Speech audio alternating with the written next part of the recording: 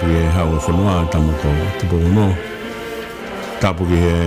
tahini kuini nas pau pe tapu ke fare o ha fo tapu ke prinis kaloni ka ma ho ke fonua pe tapu ke pureanga ya tapu ke hei paseni ka ma kadnari ya be hei si ka takilo tu fo kristiani ko tombe pe tapu ke ngaahi ka palestini ka ma ka paremia kama kau taki lotu whakarisiani ko tō pehe ngahi tapa ke o e kolope o ku whae si whakapaia o tau ka inga tonga ko tō pehe pe tapu ki he tunga whare ko tō pehe tawange ki o tuake ne whakamalu mai ka teki tau tolu kai atu mua a he polokalama koeni a Siasi Uēsiliana taunga taina o tonga pe me he ki office koeni ka tā kaua mo eki atu a he polokalama koeni watu he tu sit katoa be o kui ko KAKAPA ATU pa he time te tau foki o ku hoko live atu ai be e tau polokalama ko ni he re tio ai aku watu ka tek mu tolu i he website ya Siasi ko www.sautata.org.au ya ku watu whakatahai ai o polokalama ko ya e kau kore mua ke whaha tau lotu kai toki hoko atua ki ai tau polokalama. E tua mafi ko mau tai mari anga ke fonu mes me fonu keres a ho afia. Ke hanga ai o whaka atu i ki mau tolu i ho o wha. Ke tuku mai a koloa mahu inga ui ke mau ilo o ke fie whaka more mau ngaahi Angahala. Ke whaki mai mea mahu inga taha i langi mo mamani fuaki mai ho alongo si sukulaisi hanu hifo ni hanga hui hono langi ko toa be kai whaiaki ai ka kapa mai ai a whiona ka tek mautolo o whaia na i kai mamai ko o whana i whai kia e tuku ai ho tato ke huai pa tuku ho sino ke mau kroa mahu inga ko ia tua o mau hu tau pe atuai o whai e mau whawhetae. E mau whamalo ki a whiona, ko o whatae lau hi a whiona, kai te ke lama e mau kowi, o ke whaki ko hui he ko whinangalo, ke whaisi o mau whakamu ui. Ko pō moe aho, pa moho o nofo, tari, ko honi maa ko ma whao, ke whao fua e whoki mai. O te osi pāu pe holotona ki te ui pe ko whoha. Kloa e mo ui, ko kloa me i tāniti, o mau loto whawhetai atu ai.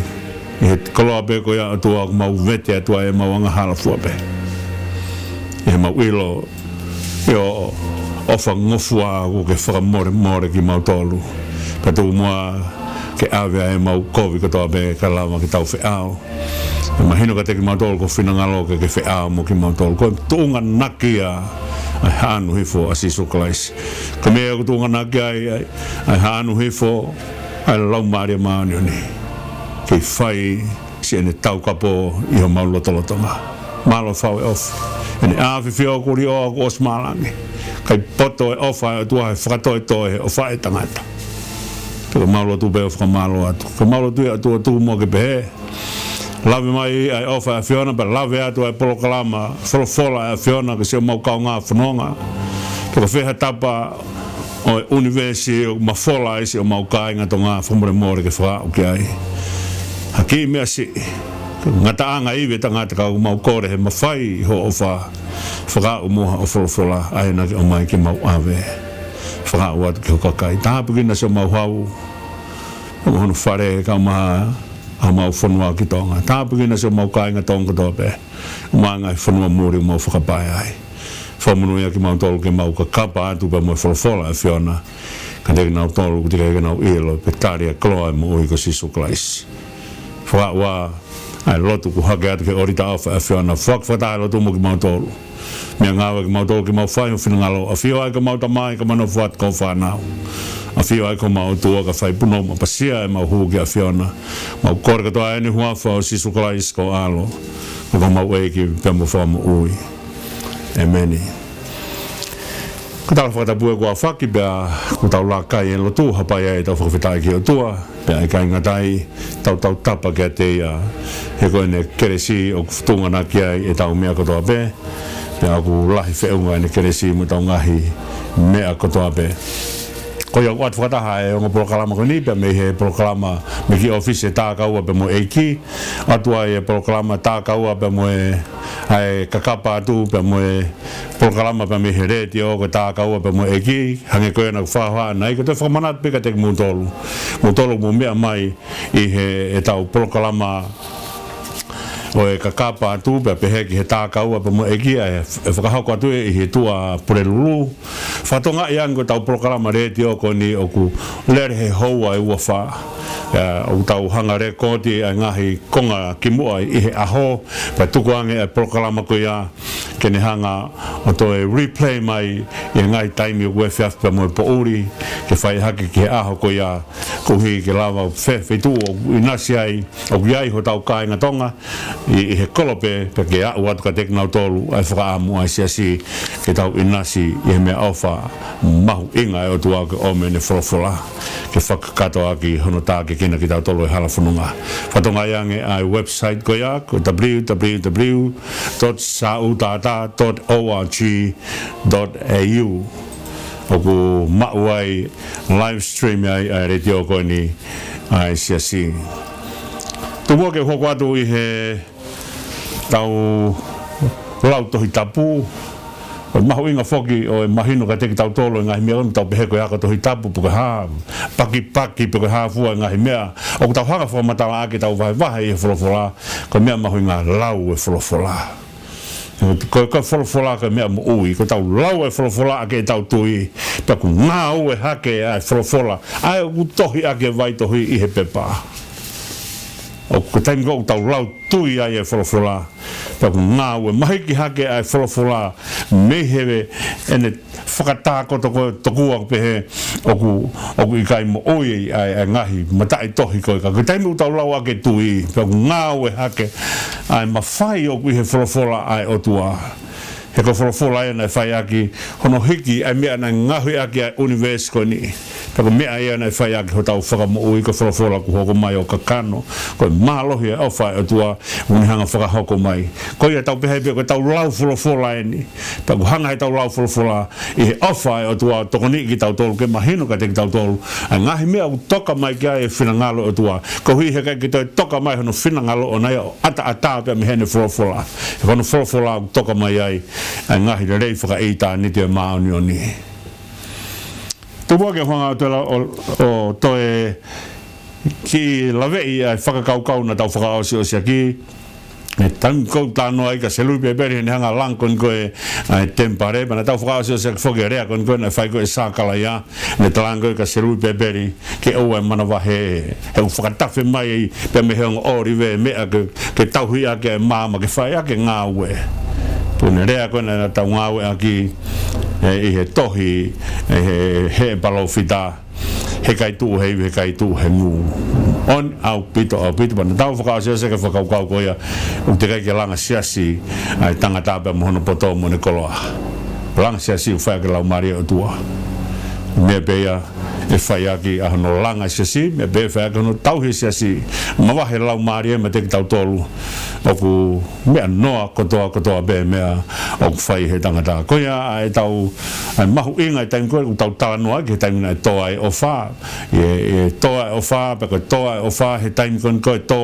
ai pentekosi pe toa e o wha he ngai whaitu ke he keho mamani au ke toa e o wha na e hoko i tonga au mahu inga ai lawe mai ai lau maria ka te kita tolu ke whakakato ai ngāhi mea koe mea ia nei whai aki hono langa i tempare pe koe lea koe nei whai koe e ESELA i he wahini māpa koe veswha e pehe e ESELA he taimi koe nei whaingata ai langa a selui peperi pe hangarewa ESELA whakamatala e o tua ake mea koe ni ka koe fofonga o honau o tua na ane siofia e mātu o siu ka koe fofonga o honau o tua na ne siofi ai mātua siu ka mea ia o koe whakamalu pe au whai ai nau langa pe mahino ka teki nau tolu o ku tokanga e kena ke nau tolu e honau o tua Taka mea mahu inga re vai ke nau whai whia ai langa neongo paka hāfua e whakatanga au whai mai. Pehi ose kon kohono langa e whai lotu, pia whai rewa e nau kātoanga pehe koe kātoanga e kau pōpula. Ko nau kātoanga na e whai ko kātoanga pāsoa. Kātoanga e laka atu, kātoanga e na e whai ako no tōtu uni, te nau laka atu pia mehe a pōpula ispite ke whai ho nau whakatau ataina.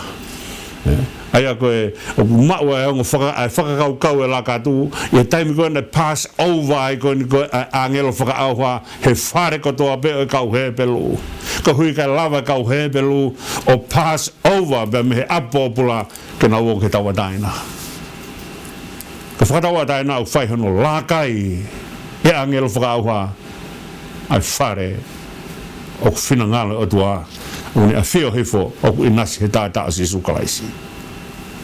Pea ku whai me ai whakataunga taina, whai ai laka atu, pass over ai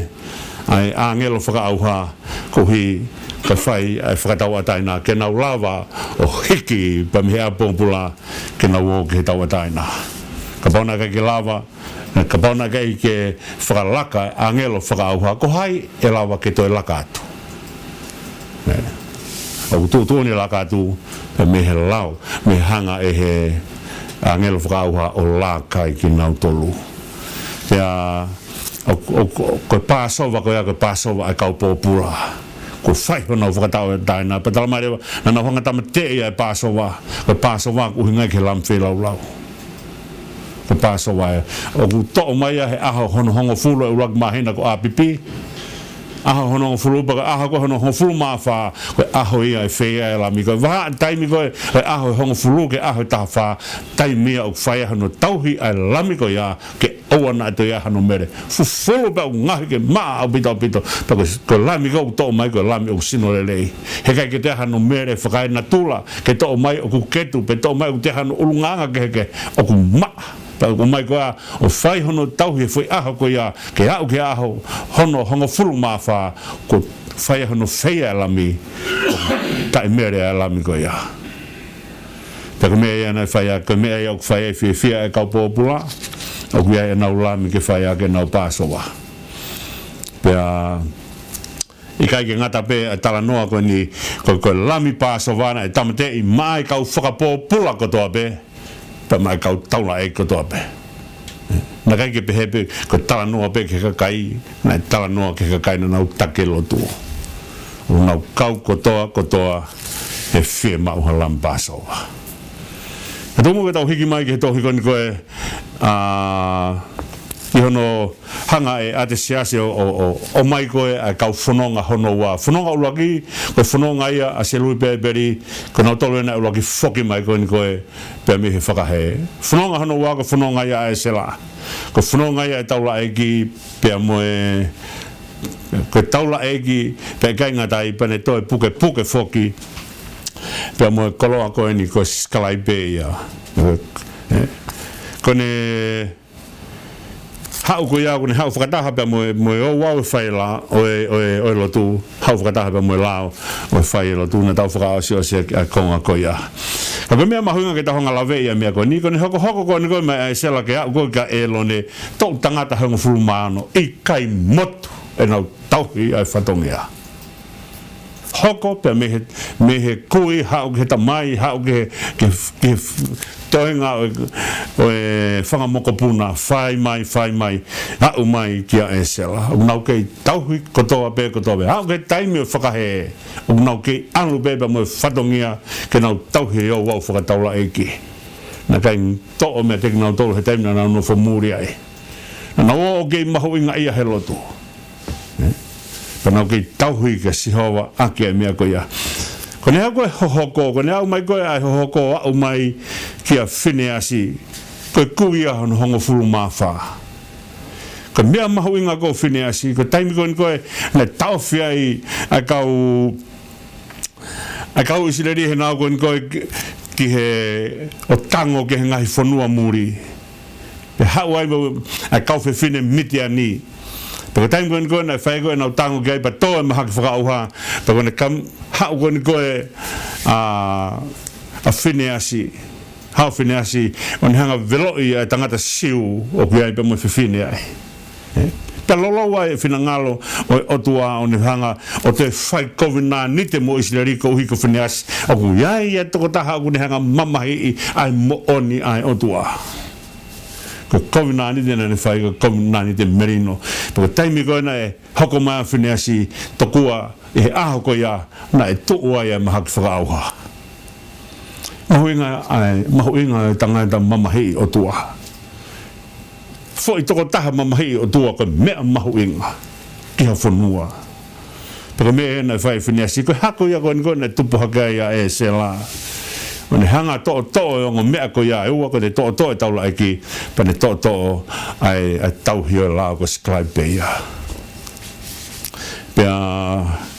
ko ne hau ko ni ko a ESELA hanga rewa e atsa Siasi ko tu ia o fai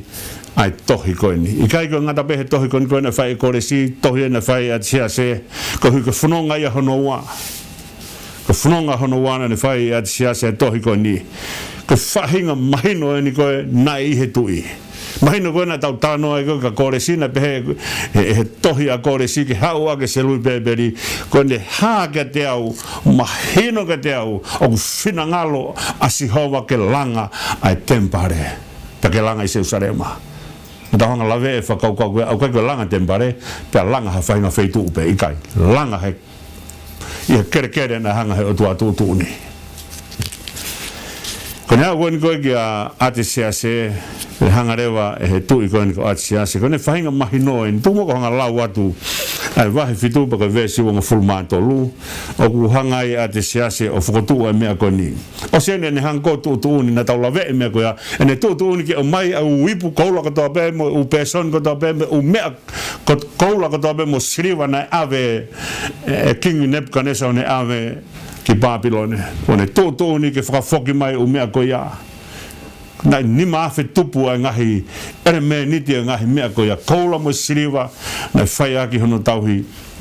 o tempare ko mena tau talano ai he wiko si hanga e perisasa ko alo ia o Nebukadnezar o ngawe aki fai ake nau ilo kawa whakataha pe mono ngaahi wifi pe mono ngaahi sinifu pe mono kau officer pe hoko mai ai e nima koe ni bane fai tohi ko ya mine tikeri upasini ne fai e ne hanga tutu ni ke o mai kato mea whakafoke mea koe ako toa ki Jerusalema pe vesko hono ua to luku ni hanga ai o whakamantala mea koe ni ilonga ha mea o kututu uni he o tua o langi ke fai pau ki ai mai whare o tua ko uma ke to hono hau ke pureanga e tu e mo ne whanau ko mea ko na to kanga ke ate Siasi kau kia finangalo o tua oua e tukuange whakasi isi hono finangalo o kai kia ha mea finangalo ke o tua paskapa tau pe utai mahuinga mea ko ia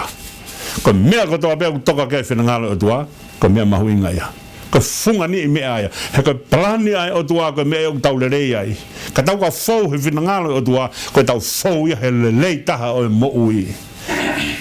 ko mea mahuinga ia ta ko tau tano ko ni ko ki finangalo o tua na tau hanga o ave finangalo o tua lavei ko finangalo o tua o toho mai pe me he maani oni ai o tua ta ko mea na tokanga ki ai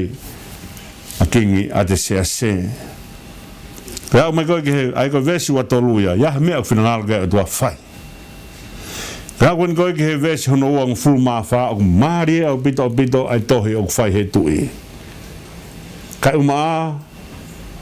o mau whakahaatu ka teke mou tolu ka ilonga ha taula eki pe rivai pe hatamahiwa pe reo matapa pe koha neti nimi ai ko neti nimi ko kau sewa niti kau hono tauhi hange o tokoni ke kau rivai te hono tauhi ai tempare mo neti nimi mo hafua o ku ngāui he whare o tuani o ku tapu ke eke ke teke nau tolu hatuku hau pe hatu tehe ko taimi koe vahe koe ai whanua o vahe ki he matakari honga fulu maua po taimi koe ko matakari honga fulu maua koe o pau ke ai area i he whanua takitaha pe he matakari honga fulu maua koe pau ke ai area ai koe area ia o kau privaite hako elone e vahe hako elone ke nau tauhilo tu he ngahi matakari e hongo fulu maua pa ko tu ni ka te nau tolu he ke nau ngoe ko nau ngoe au fai ko nau inas he time ko o mai ka ka fai nau fei lau o mai ko ka ka fai nau fei lau ko inasia o kau rivaite hako elone e kau tau lai ki ai ko mea kon na mahino kon ko ate Siasi tamai o na mo hanga tuku hau e kau tau lai ki haka kai o na hanga nofo ke tau he whanelo tu ai tau lai ki ko rivaite tamare o matapa au ke reo matapa mo kau hiva pe behe ke kau neti nimi he kai ke whai ange pe tau eke totongi tuku hau pe ko ha tute ki ha nau mea ko mea na mahino kon ko ki he tui o na tute kau tau lai ki mo kau rivai mo kau hiva pe mo kau reo matapa pe mo kau neti nimi tuangi ngawe o tua ke whai tau ataina na ilonge ku eke atu ko fe ai reo matapa e tamai alu ngawe ke mai ke te tonga kono mo ua ko whinga ke whakawhainga maari e honau taimi ko hiko momeniti o whaianga hi ngawe o e tempare ke oa na whaifange pe tuu e ngawe e tempare ko e tefi toi me aeni o kuni hanga tā ke kina ai whonua namba hino ia ke atias kai longe ku tuu e lotu e he whonua to mea kona ni hanga o talamai oa na mo hanga to eke paanga ka te nau tolu he tuku hau mai tute ka mena whai kon koe ai whola ai o tua kia siwa he taimina tu whai kon koe ai uwhanua ki he ngahi matakari hongo fulu maua ange hana tofi ai i he tofi a kotoa pe ngahi matakari hongo fulu maua o ange ha inasi ai o kau riwai te o hako elone kau taula ai kimu kau riwai o anga nau mea ke nau tau ia ke lotu tako nau inasi taimi o mai ka kai o whai e nau whai lau ko inasi a o e taula e ki o mo ki nau tolu nau tau he lotu pako mea na mahino ki a ati Siasi ka ikai ke whai e lotu o lava hono ngaahi o wau e lotu ka ki aha māma ke hulu ake ai whanonga ai whanua o skrapa ni to e whai hi forever ai tohi koe ni o ni hanga o tala ke a ESELA ko pau ke hanga o whakanofo hakau office mo kau whakamau mo tau pe mo poto aho otua o ku kau mo koe ke nau whakamau e ka kai kotoa i tua waita whena a ke nau tolu o ku ilo ai lao aho otua pe ke hino i ki nau tolu o kai koe ko toki o mai pe ka kai o whakamau ko foi mea mahu inga ke ula ki hunua ki ka teki nau tolu e lao ke mahu inga maari ka teki nau tolu e lao ko taimi ko o ku tau tala noa ki he lao he kai ke tau hanga whakamau i a bebe ni anga wosi mo ui lao ia kau tehe ke mahino ke he bebe lao kai ko tefi to i whakakau ngahe ka kai ke mahino ka teki nau tolu e lao pa toki whai hono whakamau he taimi ko os mahino ka teki nau tolu e lao ai ko me en ko na hanga ko ate Siasi ke whainga whakapoto ai tui ko tui pe sia ene ko ni hanga o whai whakamatala ko ni ko mahino en ka teia ai whinangalo o tua ko me ena ko pehe ai ko mahu inga ia ai o ai ka kai ke ngai whanua moripa na uomo tauhi alotu ko hui he mamai e whanua ko ia ko mama mahu inga e whanua o na oko nofo ai o kai ko mama pe ka kai ko ni ko i lalo he society ko mama mahu inga ke mama ai tui pa mama hono kautaki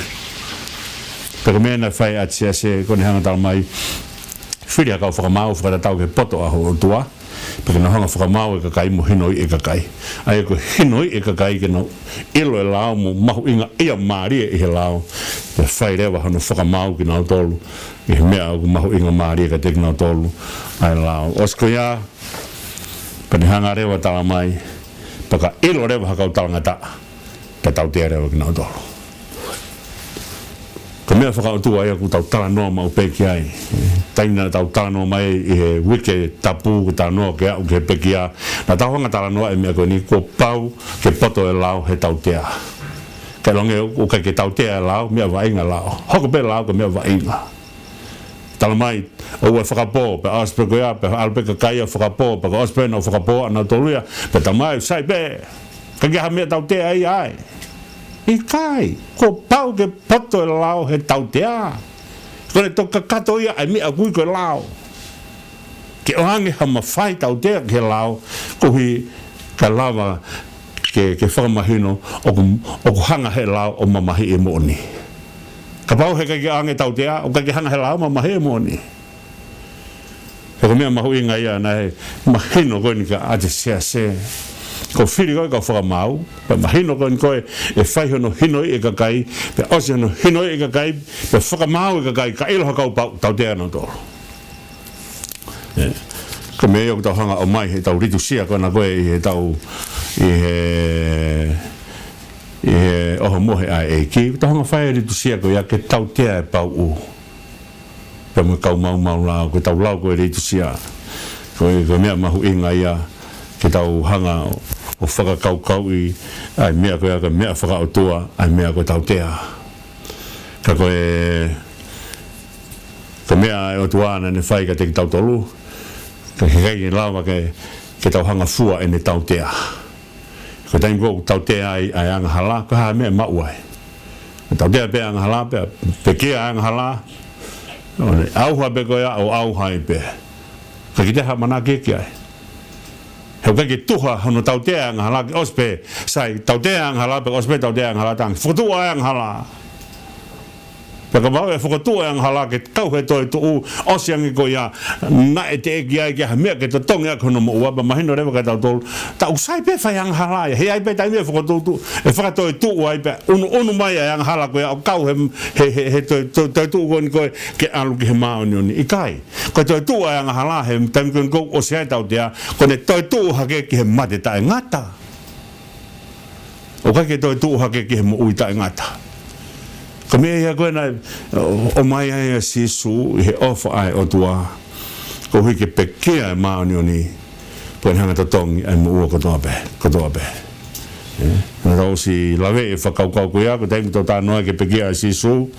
ko ha mea u pekea ai pe ai toko taha kai mo ui katoa maa mani ko mea u wha ita ai kau teolosi apa nau tala mai ko taha e ni halotu o ku ikai whaka e whika ai mea ku nau hanga ngāwe a ki pa nau tala mai pekea ai toko taha mouia maa mani katoa pe ton ke pekea toko taha o mai hakau maa o ni on toko lahi pe he ko hui kalawa ke totonga mo ua ka koe mea kou tau hanga ko o ilo he tau tui whakaristiane ko pekea a sisu whiungai mo maa mani katoa pe hena ngaahi e sisu ai toko taha katoa pe ko agent of creation ia fōma ia e mea katoa pe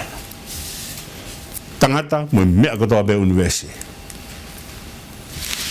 pea koe mea e koe na mahino koe ke ati Siasi o si koho whiri kau whakamau pea whaihono hino i ka kai peka pau unau mahino ka tek nau tolu pea unau pahetaku i pea lao tau tea ki nau tolu peka mea na e mahino ka ati Siasi ke hanga he tau tea o whakamahino ko mea mahu inga ai lao ni whakamaa popo ai no fo peka ni osko ia koe ai tohi katoa na whai ati Siasi pe toki tuu rewa a ESELA au laua tu peha konga pe mi he wesi ua fitu pe tuu rewa ESELA whai ane whakamalo pa ni whai whakamalo ko eni malo mo sihova ko tua aho tau tupuanga ko uraki whakamalo ko toa pe neongo ko ne reu whai he tangata ka tek tau tolu ko uraki whakamalo awa ki o tua o ne whai ai toko ni e ngahi mea ko eni o na whai ange ko hanga taha whai maha le rei ka tek tau tolu pa tau pe mahuinga ke tau uraki whakamalo ke toko taha ko ia kai tolo i whakamalo ki o tua oua ko le leu tau inasi ai om he toko taha ko e ke tek tau tolu ko mea ia na toko ni he o tua ke tau inasi ai Pena hanga e ESELA whakatoka ngai e mea ko ia. Ko le le ko toa pe whai mai he kakai ka tek tau tolu mo ai whakawhetai ki e Siova. Pena hanga rewa o whai e whakamalo ko ni malo mo Siova. Ko o tua o tau tupuanga. Aia ko ne ai ha mea pehe ki he whinangalo o i tui. Mukai ange. ka taimi ko tau tala noa ai na tau whai tau ki lotu anai pa tau pehe ko maurea ka mau kore he kokoe o ko ke hanga whakaau a rea ki he loto e kakai ko hanga ngahi lotu koen na tau pehe na e lotu a Solomoni he tau e tolunge au whanga fulu mawha kaya haka taimi wo ai ho mau kakai o nau nofo pōpula pa ko mau lotu ka nau ka hanga mai ki he tempare pa ki hanga mua e o tua mana tua ki nau tolo na no hanga mai ki fu tempare mau na kai no hanga mai be ke tu fu tempare mau e fu tempare ka ko ofa o tua e ke ai pa me ia na fai ngahi lotu ko ia ko tari lotu o tua bane hanga o whakafoki mai ki he o mai ki he tui e loto ko ia aia ko ngāu ele leina whai he kau whakahe na na wo pia ilo ai a whio ai he hātui ko ni ai le lei o sihowa he tui pēsia e whai ai e whakamalo ko ni ka mea mahu inga ia o whakamalo na whai a te Siasi ko kore mua ki he whaingamari ko ni ki he whaifkau ki ne tū mai mua HIMI ki whaika he tau whakalara o loto paka heri ko ia pa tau toki hoko atu ki he toenga e mea o kei toe i he tohini pia pehe ki he tohi nehi mai au o manak pe te tau lava o la vei ai tohi nehi mai a manoa pito.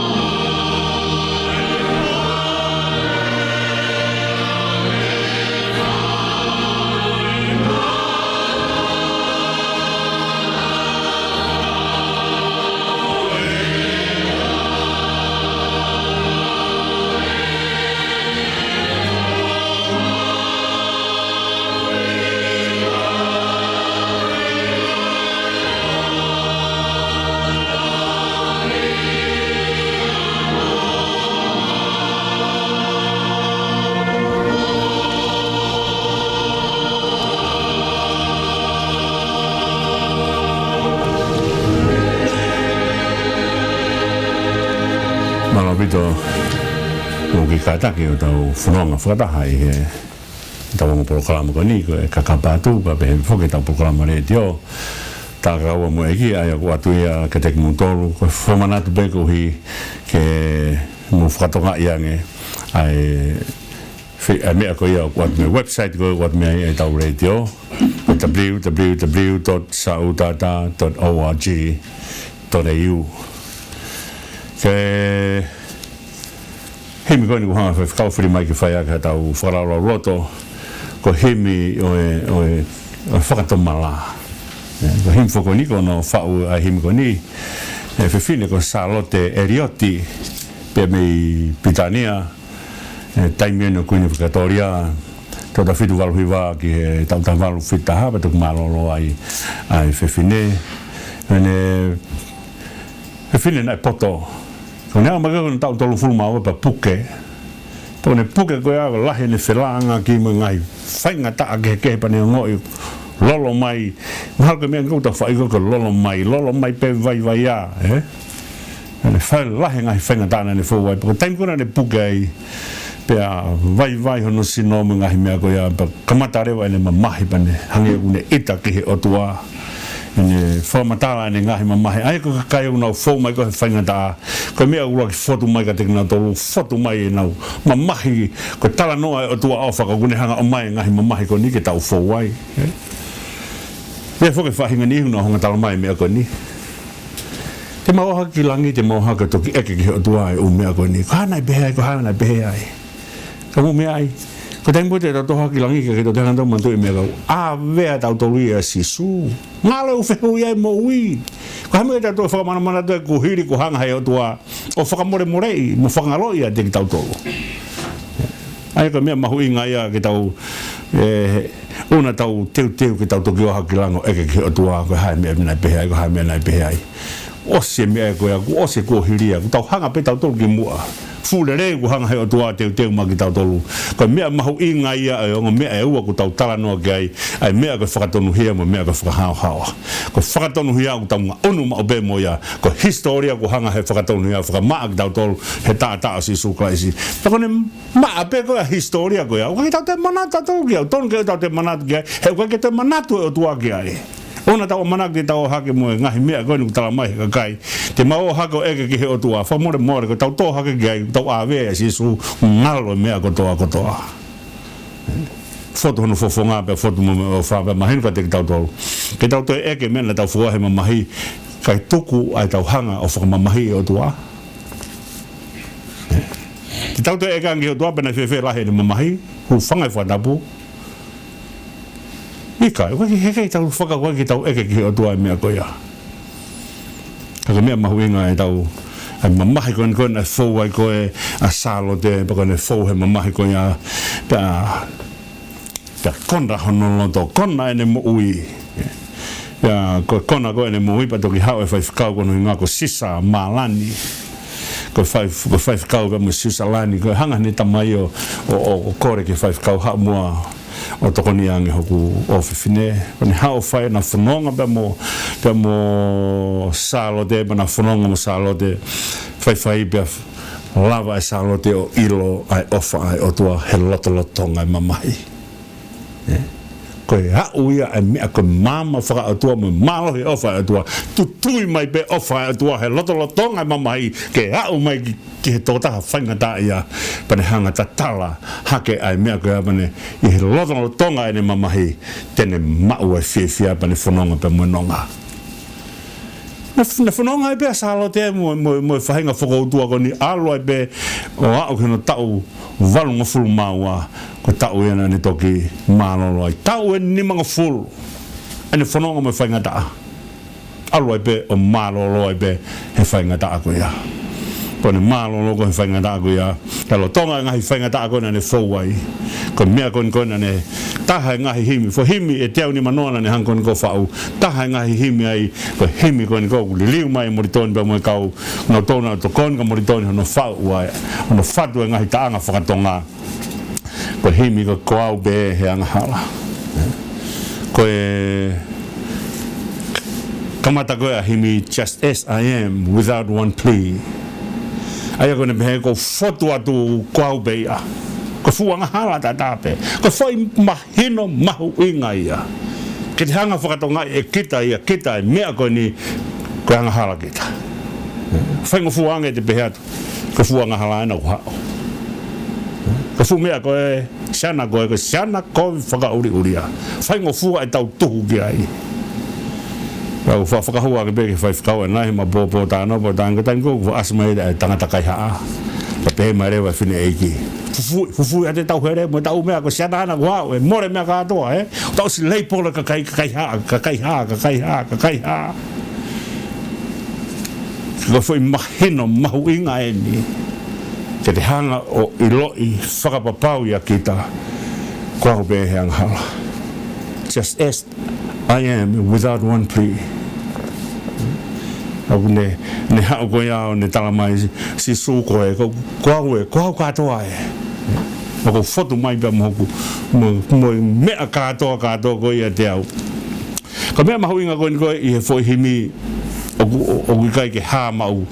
be i he tau Tohi HIMI whakatonga ko foi line whakaosi o ves ko toa be o ngā ue ake salo te foi whakaukau ko o Lamb of God I come o Lamb of God I come po ne tala ni Angahala po ne tala be he lami ai o tua ko win ko kai ki tupunga ni hau ko hikoia me tupunga ni hau ko be ko keres na hanga he lami ai o tua whakawa ko hika lawa ke whanonga i Angahala ko lau be mua ai ngaahi vesi whakatau tokoni ka teki tau tolu he ko mea na tupunga i alua Uēsiliana o nofo popula ko nau alu nofo popula ko nau Angahala o taimi ko nau whoki mai ke nau whakatamala mea ko na tau tala noa i he ngahi tohi ko ni koe lau o kuhanga he whanua o puake Angahala rea ia koe HIMI kua ube He Angahala ko te whtoi ilo mahu inga ia ka te tau tolu mai tala pe ki wala atu ko whakawhea sisu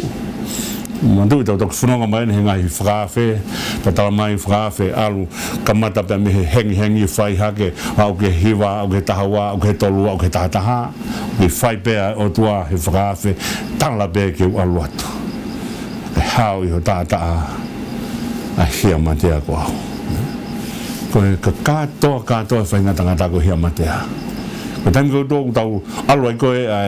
tokotaha ke tautea mate i Amerika tau nofo rewa he mea koe nuku kau death row koe nofo rewa i koe nau tāri ke nau fau atu pe koe awe o huhu ke nau tolu pe koe awe ke he sea uhila ke nau tolu pe koe hae mea u whai aki ka koe hia matea koe ki te aha mea ki tatongi a ka mate pe pe koe whakakaukau ia tupunga hia matea awe tau hia matea ai e sisu hane maa sisu fua a hia matea koe ia koe lawa hata fua ne hia kei tau lawa tatou ia mea totongi e tau ngaahi Angahala ko au be Angahala nai tala pe ki o alatu ke hao i o tata a hia matea ko au ko be fumasiwa tai hapanga whakatau ko uki au whai kon koe aisea ko ni tau mai e ni aki motolu whenua hao be he matawai hao be tai hapanga hao be o tokonaki o kaimoinu tai hapanga tai hatotonga ko be fumasiwa tai hapanga whakatau whai sisu ke koloa ia au noa ko haia to da au he kai ki te ilo pa ko fe hala ko alge au noa ko o kai ngata kai ne ilo hala ko alge he ne alu kai ha me ke ne to ke al moya fa ke ne he ko be tai ma he uri fau ko fulu e ta ai pala ku ko te milahi ko whanau whamatua koni o whakalau e Angahala. Paka taimi ko whanau whakalau e Angahala. Paka iau. Ofu e mo i he o whae o tua. Ko me o fa mana ko e be ho to ke hiwa e ani ma no no himi pe ves hono fa ta no ai fe ho fe o magau au na tu faria ria hala ha mata pe la u se ko lope mana ia fe ai Angahala la va Angahala ke mana ia fe o fa ia o tua e tau ki rea rea whakatonga ka pe pata pe ka nera langa ko pe ka koto ki waka whakalau no ai whakae tamai pe ko whakae whae kau hene ki tama pene ongo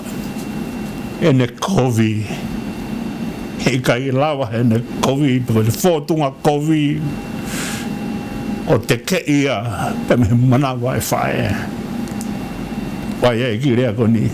papata pe ka nai lalanga kovi pe ka koto ki waka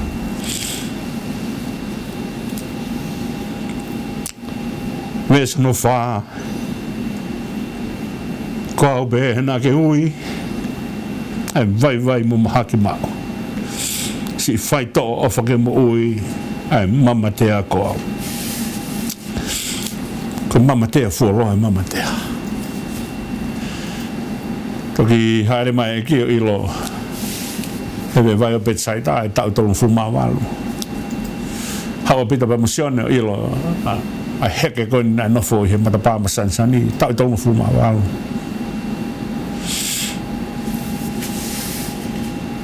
ka pauna i ka sisu e tu whakakue mama te amanaki whakakue mama te kore ko mama te kore pe he mea ose taimi paka ose umea ka toko ya ko au hoi mama te ko mea ko na ta whikau ko si su he tangata ko na hifu ko pe he ato e whare o au hifu ko ki he taimi na FFI e whare tangi tō homo he ngā pe alu ki ape ko laki rea na ne whai ko whamore more ho Angahala ofo ai kau siu haku rea whio tua pe hai sana fofolange ki ko feu fai ngofua ko pe hanga whamore more ho Angahala ko pe hanga tō homo he ngā pe alu ki ape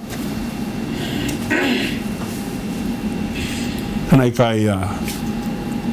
tau mama tea porque mama tea whainga ta ko mama tea whakalau maari kai ke te lawa lau maari o ngā ue ko ves whaasi kua be hono ai ha mea e whainga ta whau e lawa e ho maaf mawhi ai koto hia kua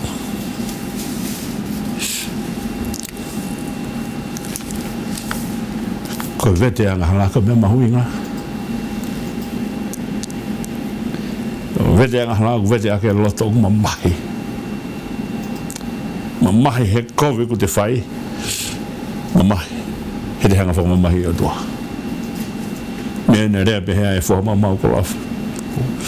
ka ke tau ke lau ko whoha ngahi kovi ko whai tau kovi ke langi pa tau tonu kia te koe ko mea ai mea o whai kia i kua pe he hono ai ha mea e whainga ta whao ka kia ha mea whainga ta he ofa e tua ko mea mālohi ana whao ka kia ha mea te nāwa ta ofi ofa e tua ka fuivi mālohi ange he mate tano peke whiwhine kei taulanga i whiwhine mau whangahe tan kona lere ko huke he whare vela ia ene ki whanau ai lere peo huke ai kei te whukmai ko huke asi suke ke pekia kone huke pekia pa whukmai nei huke hua manuani kohi te taulawa o whoki whakataha mai moia malo mua toa ofa ka pau heka ki taulawa o lau kua ube He Angahala o te kita pote whakatamala ka mōmini te tua tau pehe ka te kita tolu kua ube He Angahala mōmini te kamata te whakatamala toa ke tua kan tāpu kina maki tau tolu whai aki e tau KAKAPA ATU ko kap mai o tua ka te tau tolu ke lawa e tau KAKAPA ATU e tau kau ngā whanunga pako e lava ko ia pia toki aurewa a ESELA One whakataha mai ka kai ke waitafe o ahava pas ka pantalanga tinga to whai tau au kai. Osko na au kai pa na wau mai ko au ke sai one. Pero mea koe a ESELA nai whai ko ESELA nai moa ke tempare o whai o tō whohifo ke kere o whai ene vete ene hia. Kei ai hataki lotu koia e taki he vete Angahala. Pero ne taimi kona e tō whohifo e ko ESELA e he tempare e whetu o whai e vete Angahala ka toki tala mai na toki haua i sirari ko toa o tō whohifo he aosi hova. Nau ma tō whohifo ke nau talaange mea nau lea ke salos de eri o te kau pe Angahala e tala pegi walatu mahino ia ki isleri he taimina na hoa nofu popula mahino ka tek nau tolu ka kau Angahala ki nau tolu panau mai ne wa o whai nau vete ki hona otua e whai hana whakamone ki nau tolu mea na whai ESELA hange ko whawa nei na nau ono popula ko nau Angahala nau whoki me hena popula nau whoki me nau whakatomala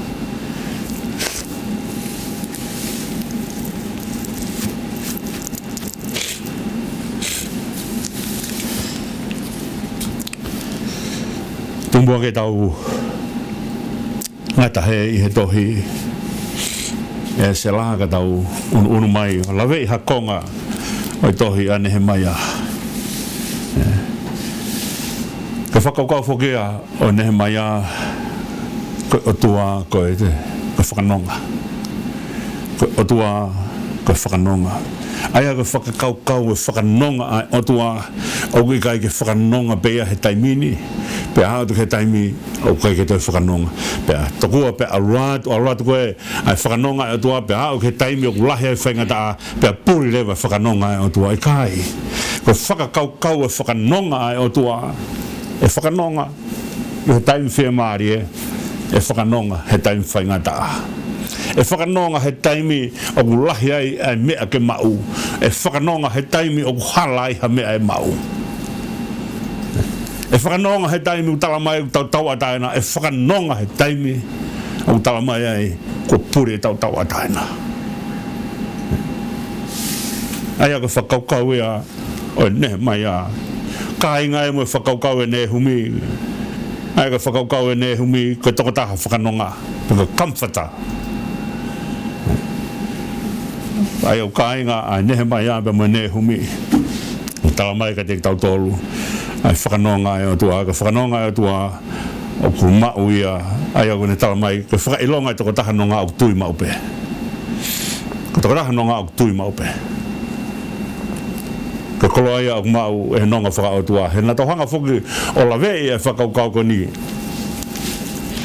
He kai ke tauhanga mau e nonga e o tua,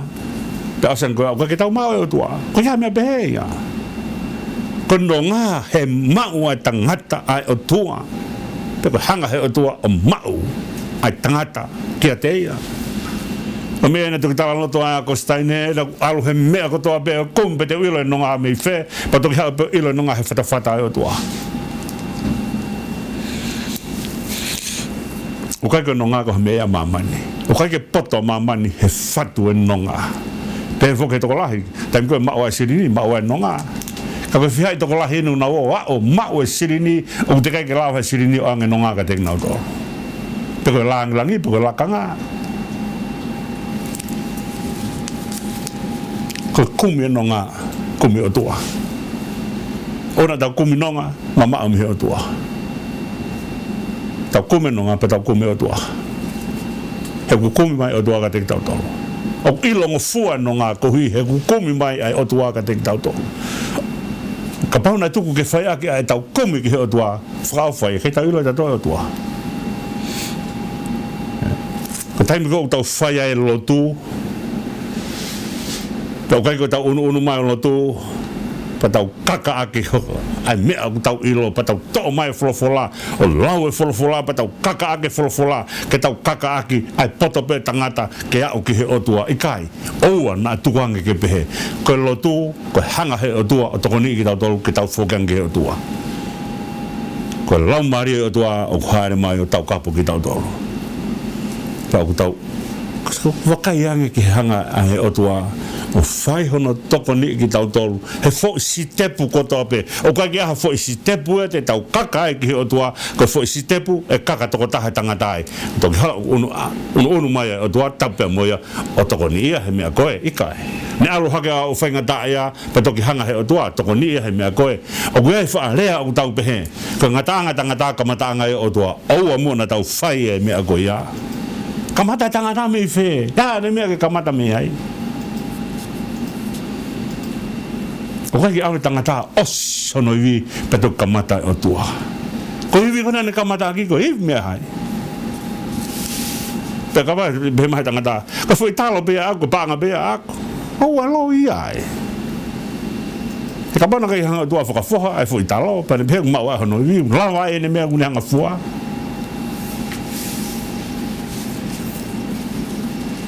o kai ha me ku pe ko ngata anga tangata ko kamata anga o tua kai na ta osi ta to gire ke fa ka me ko ni ko ngesi pu pa me helo to ngesi pu os to se ta ore kai ko me helo to pu ai me o tua ngesi pu ai ngesi pu o tua ka me o ta ta no ai ke no nga o na ta kume no nga mama o me o tua ko ta fi kume no nga kume o tua te hanga pe o whakapapau e mea koe ni hala a ta hai maman te talamai o kai ki o whema o anonga ika te hata hau neanga talamai ko mea ko kumi ka he maman ko ni ko kumi ho haa ka pau e hata hande hanga talamai ko mea o ne kumi ho maman ko ni kumi ho haa ton ke wakai e tō tahe ko ia e mea ko mamai fwoi misini mea o whenga gai toko taha katoa pe ko ni kumi hanonga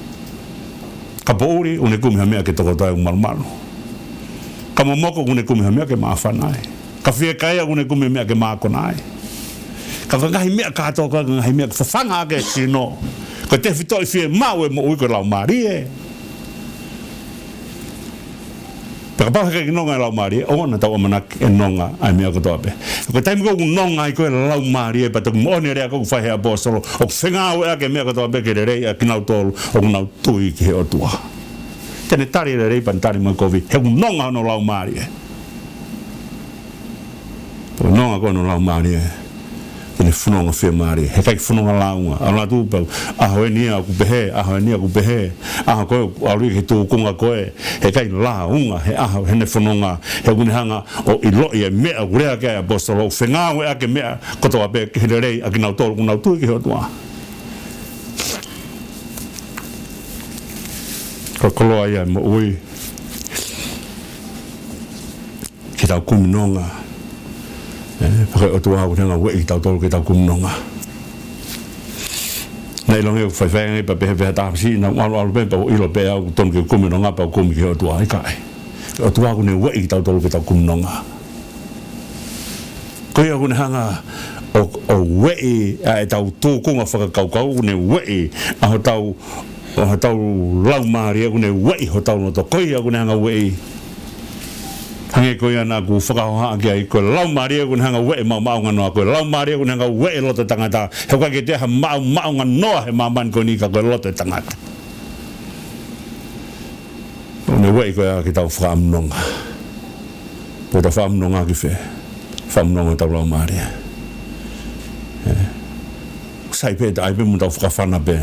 me fa tau rea kai me ko ni me ana hanga isi su o mai ai malanga he mo nga pe hanga uru ake me ko ni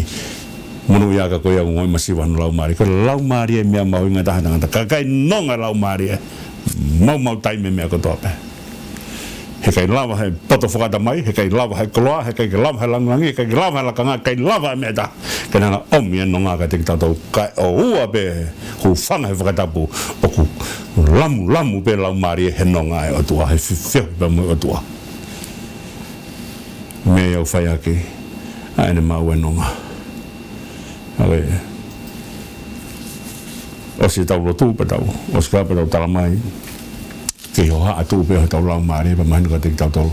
O te ka ki tau fai le lo tu. Ko lo tu kun hanga o me no nga ka te tau tau. Paka mea ko omi he lo tu en no nga ka te tau tau. O kun hanga teke i fia he lo tonga fai ngata. Whaka ilonga e nonga. O mateke ai rifia, me teki tau tolu, o lolo tonga e whaingata. O ki kai ke toki alu e rifia, he osi e whaingata. I kai. Ko nonga whakaotua, lolo tonga e te kei whanonga, whaingata. O ku te mau e nonga, he ku te iai mo e otua ai. Paka mea ia, o ku tānoa kai a Nehemia. Tuku mua ke tau hanga whakaosi aki ai tohi Nehemia. Ai koe kamata pen, ku tau tala noa ke he uhinga Nehemia. Pe o mai ia hai whakataha pe mo whakaukau e nehumi. Pe o mai ia ki tau tala noa aki. Ai mahu inga ke nonga ho tau lau maari e. Pe taimi kou nonga e ho tau lau maari e kei tau hoa. Tau whanonga hange koe, taimi koe nei whanonga hola te vita. Mon pena ne hola pe. Kone hola o kone hola i rifia, kone hola o kone fia whahakovi. Kone hola, ke oa tene whai hakovi kia saula. Ka mena e hola i, o kai kone hola kone mana vahe. Kone hola o kai kone fia whai hakovi kia saula. O lotonga i whaingata o ku mateke i rifia. Ka pau he kei mateke i rifia he lotonga i whaingata pa mahinu ka teki tau tolu o te kei tau mau. Ai uho e nonga e mo ui o tau wheao ka mo otua. Hanga he otua o pukenima ki tau tolu. Tawange si kau KAKAPA ATU. Ko tau tolu ko toa ko KAKAPA ATU. Tawange ki tau mau whainga maari e nonga koe nei atua. Taimi koe te tau inasi he nonga atua. O fie kai ho tau lau maari e ki whakanonga mo i ka kai u te kei nau ilo nonga. O tau whakaamu ke inasi ka kai koe a he nonga ai atua. Ka paure haka ki tau whakaamu tatou ke inasi ka kai he nonga ai atua. O te kei ke mahino ka te ki tau tolu ai nonga ai atua i ho tau lau maari e. He taimi o nofo ai, loto ai, a nonga e o tua e ho tau lau maari e. Pā mai hangi ha vai wha. Pā mai hangi ha vai wha. Ko hiki ha, ko hi, he ua ho tau whangatoko ua. Ua ho tau whangatoko wha whine. Ki oanga teki ngau tolu e koloa na rea ke a sala te eri o te kwau be He Angahala. Ko mō meniti kune lawa ilo kwau be He Angahala. Whakamala, whoki kano o tua. Tawang ke toa ken tāmi kino mai. Mo tolu ko toa be, mo mea mai ke polokalama. Ai KAKAPA ATU pa behe ke tākau pa mo eki pa mehere teo koni. Asas Uēsiliana tau ataina tonga mo whatonga ang pe mua. Ko tau kamata pe ni tau re teo. Whatokanga pe ka te mo tolu mo mea mai ki he tau polokalama. O ku live e tau polokalama koe ni. O ku atu ia live stream e haua ua wha.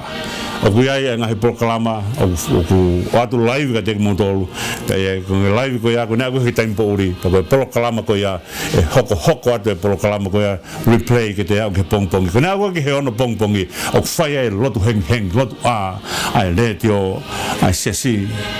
Lotu ke whanguna ki tau tolu ke whakaukau, tau tuu pe mo eki, o whai aki, ai tau whanunga ko mea e te ki tau tolu ai nonga. Tua tawangina angula rea te beho mo polokalama ka te ki mo tolu, tua wheha tapa i kolo pe, tawangina angula rea tu he ngalua pe,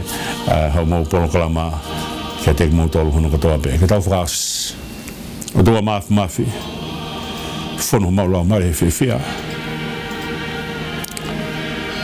Mau mataki he kafo sisu. Ka mau ilo ho o whatangata.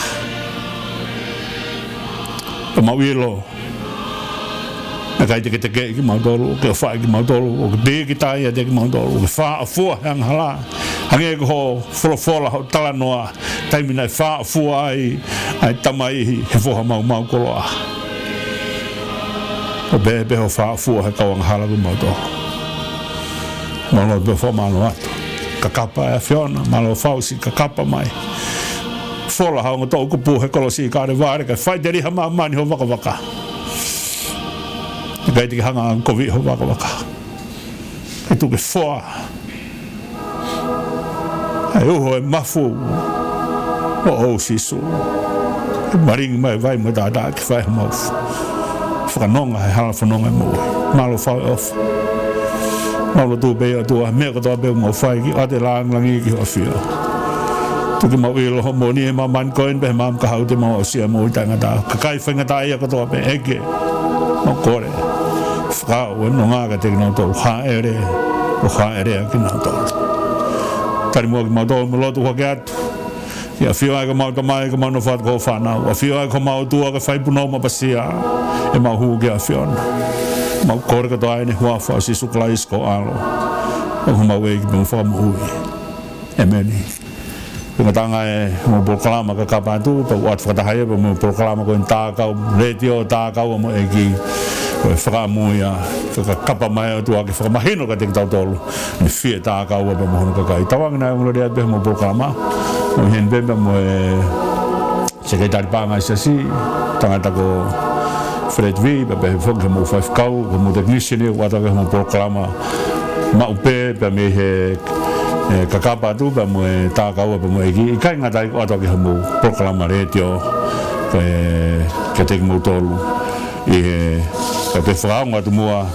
ai website ko ia ko www.sautata.org.au ko ia ko atu ai live stream ai a mo polokalama retio hau au wha i a fitu tawang na unu retio mo polokalama mo ofa lahi atu ka te mo tolu ko toa pe mo mea